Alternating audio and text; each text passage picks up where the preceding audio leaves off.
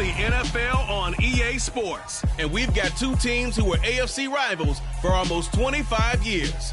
It's the Raiders and the Seahawks. All that and more coming up next.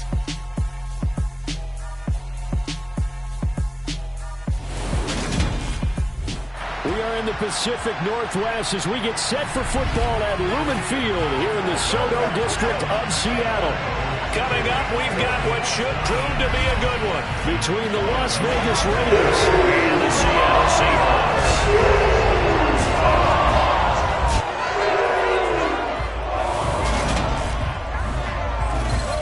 With Charles Davis, as always, I'm Brandon Gaudin. Charles, you talk about storylines in this one. I think it begins and ends with our two quarterbacks, certainly two of the best in the business. And nowadays, I don't think you can get by for long periods of time without a top-flight quarterback. The way the game is played, with all the responsibility he has and how the game flows through him, if he's not on the top of his game, your team's not going to benefit at all.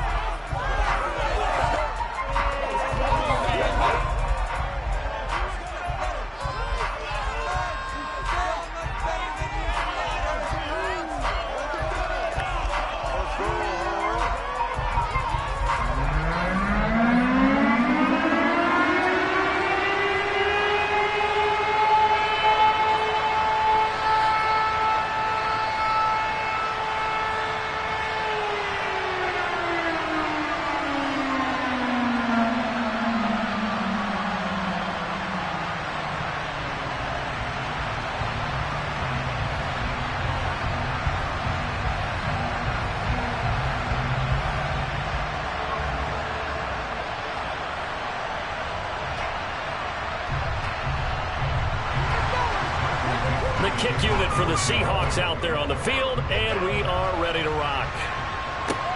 Fielded just outside the goal line. And he'll get it up across the 20 to the 21-yard line.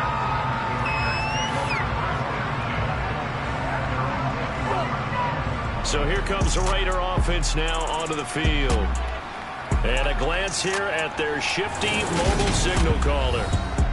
Every quarterback in the NFL has a little bit of his own signature style out there, but for this guy, he really plays the game in a different way. It's led to a couple double takes from us up here as we see him as something truly unique. It's not that he's just the strongest passer or the best athlete to ever play the position. He just has a certain way of seeing the action, and it allows him to make some special plays out there.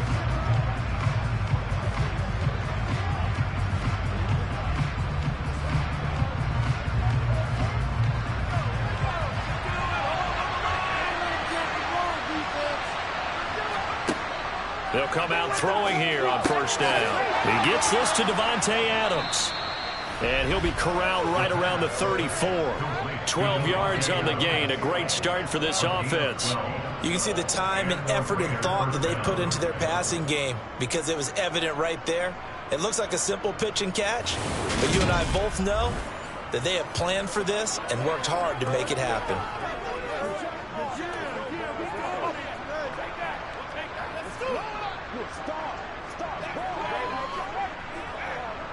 From the 34 now, here's 1st and 10.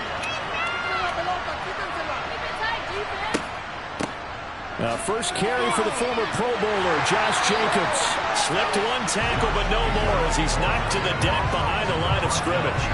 Officially, it's a 1-yard loss. That's going to bring up 2nd and 11. He stayed afloat for a second there after the first wave of contact, but that was going nowhere. Yeah, what did he tell us in pregame? I just don't want to get my feet stopped initially when I'm trying to make a run. That's exactly what happened there. Unfortunately, as you noted, got away a little bit from the first one, but the wave swarmed him under. And he slips up past the 45 before being tackled. Give him a first down, 15 yards that time for the Raiders. That's a nice run right there, able to get to the outside. And so many times defenses say, okay, we've got you hemmed in. But if you're running the football, at least you know where everyone is coming from. You don't have to worry about the backside at all. That allows you to run with a little bit more confidence as you traverse down the field.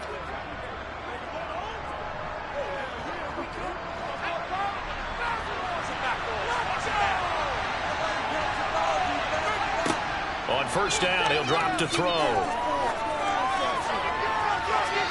It's incomplete. Took a shot, couldn't connect. No receivers open, so he was forced to put that one into Puget Sound. That's a great job defensively blanketing those receivers, and ultimately, a smart idea by him just to get the ball out of there. After the incomplete pass, here now is 2nd and 10. Now back to throw. Catch is made by Hunter Renfrow. And that'll wind up moving the chains again as the tackle's going to be made at the Seahawks 30. 22 yards there, a first down. Slant route's effective no matter who's running the route and catching the ball.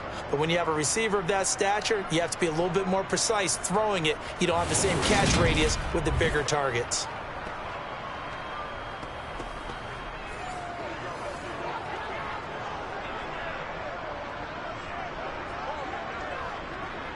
So from Seahawk territory now, it's 1st and 10 at the 30-yard line. They'll set up to throw. Looking left sideline, incomplete. Well, a momentary speed bump there with that throw partner. The defense had other ideas, and they're trying to mount a small stand before this drive reaches the end zone. Ball on the 30 as they come up 2nd and 10. They'll look to throw again. Throw left side, taken in by Renfrow. And that'll wind up moving the chains again as the tackle's going to be made at the Seahawks 19. 11 more yards there, and this methodical drive continues.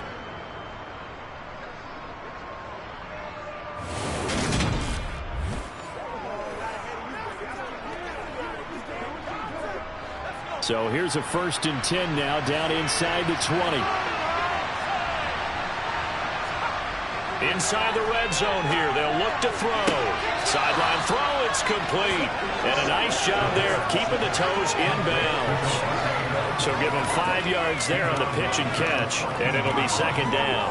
And he's already got 2 catches on the opening drive. They know he's going to be a handful.